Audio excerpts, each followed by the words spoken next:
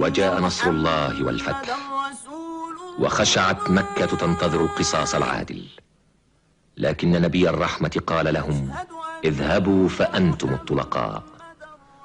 وتدين مكة بالإسلام دينا يأمر بالعدل والإحسان وينهى عن الفحشاء والمنكر والبغي. ورأى النبي وقد أدى الأمانة وبلغ الرسالة أنه عن قريب ملاق ربه. وفي يوم الحج الأكبر آخر ذي القعدة من السنة 10 للهجرة، يمم النبي جبل عرفات ونادى في الناس ليسمعوا خطبة البلاغ في حجة الوداع: أيها الناس، اسمعوا قولي، فإني لا أدري لعلي لا ألقاكم بعد عامي هذا بهذا الموقف أبدا. أيها الناس، إن دماءكم وأموالكم عليكم حرام إلى أن تلقوا ربكم، كحرمة يومكم هذا وكحرمة شهركم هذا. وإنكم ستلقون ربكم فيسألكم عن أعمالكم، وقد بلغت. فمن كانت عنده أمانة فليؤدها إلى من ائتمنه عليها، وإن كل ربا موضوع، ولكن لكم رؤوس أموالكم، لا تظلمون ولا تظلمون. اعقلوا أيها الناس قولي، فإني قد بلغت، وقد تركت فيكم ما إن اعتصمتم به فلن تضلوا أبدا: كتاب الله وسنة رسوله. أيها الناس، اسمعوا قولي واعقلوه. تعلمن أن كل مسلم أخو المسلم، وأن المسلمين إخوة، فلا يحل لامرئ من أخيه إلا ما أعطاه عن طيب نفس منه، فلا تظلمن أنفسكم. اللهم هل بلغت؟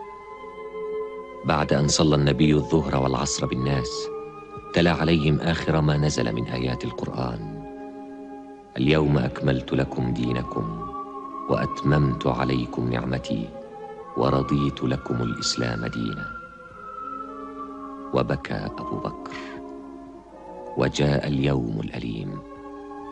كان النبي قد بلغ 63 من عمره الجليل، وفي يوم الاثنين من ربيع الأول للسنة 13 من الهجرة اختار محمد خاتم النبيين لقاء ربه، ورجت المدينة رجا.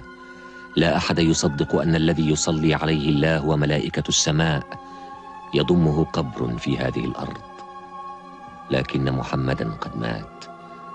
هكذا يقول أبو بكر للناس من مسجد رسول الله: أيها الناس، من كان يعبد محمدا فإن محمدا قد مات، ومن كان يعبد الله فإن الله حي لا يموت.